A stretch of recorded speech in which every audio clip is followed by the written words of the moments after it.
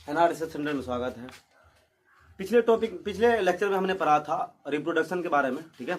और अभी आज के लेक्चर में पढ़ेंगे हम लोग गति, मूवमेंट पढ़ेंगे। ज़्यादा नहीं पढ़ना आज हम लोगों को, कम ही पढ़ना है क्योंकि गर्मी ज़्यादा मात्रा में है, इसीलिए मैंने सोचा कि आज थोड़ा सा ही पढ़ेंगे, ज़्यादा नहीं पढ़ेंगे, ठीक है। तो गति, मूवमेंट, गति सभी जीवधारियों का एक मुख्य लक्षण है। गति जो होता है, मूवमेंट जो होता है, कि जितने भी जीवधारी है दुनिया के अंदर में, सभी में यह लक्षण पाया जाता है। सभी जीवधारियों के अंदर में यह मुख्य लक्षण होता है। ये हर एक जीवधारी के अंदर में पाया जाता है गति। गति के अनुसार ही हम चलते हैं, दौड़ते हैं, खेलते हैं, है ना, हर चीज़ करते हैं। गति ही होता है, मूवमेंट होता है। लेकिन कह रहा है कि गतियों में गति या चालन स्पष्ट दिखाई पड़ती है, परंतु पौधे में अगर कोई जीव जंतु जो है वो गति करता है तो वो दिखाई पड़ता है कि हाँ गति कर रहा है। लेकिन अगर बोलेंगे पादप में जाएंगे, पौधे में जाएंगे, तो हमें यह नहीं दिखाई देगा कि वो गति करता है। लेकिन कुछ निम्न वर्ग के पौधे हैं, जैसे कि अगर बोलेंगे हम क्लोमाइडोमोनास, ये सब जो है अपने फ्लैजेलम की वजह से जो है ये चलने का काम करता है, ठीक है। ये छोटे वर्ग के पौधे होते हैं। फिर बोलेंगे अगर बड़े वर्ग के पौधे में जाएंगे तो वो सब पौधे क्या करते हैं, अपने जो है बोले तो तना को जो है एक दूसरे तरफ मोड़ सकता है, ठीक है, मोड़ सकता है, लेकिन जो है वो गति नहीं कर सकता, ठीक है ना।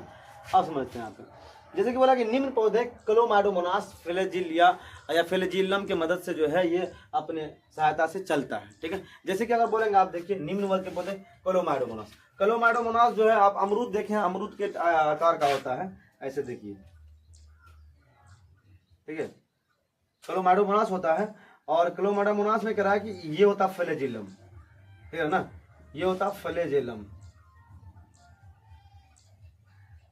फ्लैजिलम इसके सहायता से चलता है। बीच में होता माइटोकॉन्ड्रिया, न्यूक्लियस, सॉरी केंद्रक होता बीच में, ठीक है। और इसमें जो है क्लोरोप्लास्ट जो है इस तरह क्लोरोप्लास्ट रहता है ये, ठीक है। और इसमें जो होता है गोल्जी बॉडी होता है, प्लास्टिड होता है, देख रहे हैं ना, ये इस तरह का गोल्जी बॉडी होता है। यहाँ पे जो है माइटोकॉन्ड्रिया होता है ना, ये प्लास्टिड होता है। ये जो हो गया आपको क्लोरोप्लास्ट हो गया, क्लोरोप्लास्ट है ना।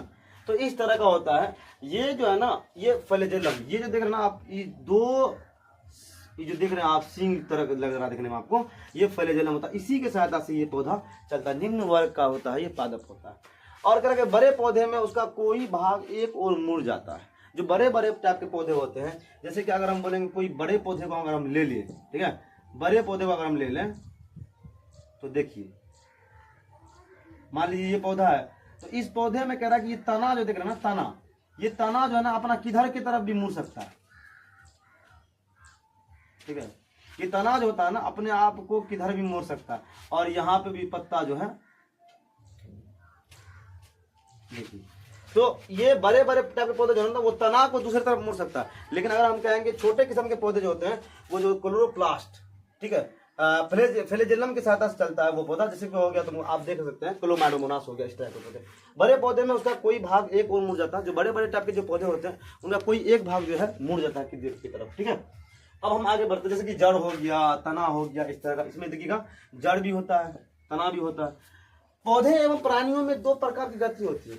हर एक पौधे एवं प्राणी का दो प्रकार गति होता है। एक गति होता है स्वतः गति, जिसको हम बोलते हैं स्पॉन्टेनियस मूवमेंट, और एक होता है प्रेरित गति, जिसको हम बोलते हैं इंड्यूस मूवमेंट।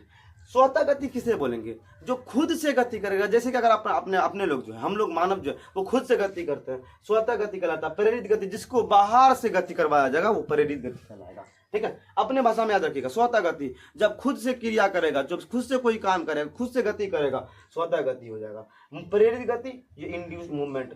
स्वतः क्रिया, जैसे कि स्वतः क्रिया में जाएंगे तो जैसे कि लोहा है तो लोहा के ऊपर जंग लगना, तो खुद ब खुद ना जंग लग जाता है, तो स्वतः क्रिया में वो आएगा, है ना। प्रेरित गति इंड्यूस मूवमेंट, इसमें बाहर से धक्का मार के या फिर किसी भी बाहरी क्रिया के द्वारा वो जो है गति करता हो, तब वो कहलाता है प्रेरित गति, ठीक है। अब समझते हैं हम सजीव एवं निर्जीव के अंदर जो अंतर, दोनों में स्पष्ट हम करते हैं दोनों में अंतर क्या है। तो सजीव जो होता है वो उसके अंदर में जीव द्रव्य पाया जाता है। जितने भी सजीव है सभी के अंदर जीव द्रव्य पाया जाएगा। जैसे कि अगर कहेंगे ब्लड है तो ब्लड तो बहुत सारा कण से मिलकर बना, जैसे कि आरबीसी हो गया, डब्ल्यूबीसी हो गया, प्लाज्मा हो गया, प्लेटलेट्स हो गया, है ना, बहुत सारे कण से मिलकर के बना हुआ है। और लेकिन निर्जीव में जाएंगे तो निर्जीव में कोई जीव द्रव्य नहीं होता है। फिर हम अगर जाएंगे जीव द्रव्य, इसमें सजीव में देखेंगे तो शरीर कोशिका से बना होता है सजीवों का, लेकिन उसका कोई कोशिका से नहीं बना होता है। ये सांस लेता है सजीव तो वो श्वास क्रिया नहीं करता है ना। इसके अंदर कोशिका बहुत सारा मात्रा में, तो उसके अंदर कोशिका नहीं है बहुत मात्रा में। फिर कह रहा है कि वो ये कार्बन डाइऑक्साइड मतलब कि छोड़ता है और ऑक्सीजन लेता है, लेकिन वो जो कोई श्वसन क्रिया नहीं करता। आंतरिक शक्ति द्वारा ये गति करता है। अपने सजीव जो होता है अपने अंदर का शक्ति लगा करके वो गति करने का काम करता है, लेकिन निर्जीव नहीं। निर्जीव को बाहरी गति चाहिए, बाहर से गति चाहिए, तब जाकर के वो जो है आगे बढ़ने का काम करेगा। प्रजनन करता है सजीव, लेकिन निर्जीव प्रजनन नहीं करता। हमें 5 ही जो है ये सजीव और निर्जीव में अंतर याद करना है ना। कभी भी कोई सा भी एग्जाम में पूछ सकता है। और ये रहा आपका गति मूवमेंट रहा, ठीक है ना। आज के लिए यहीं तक रहेगा।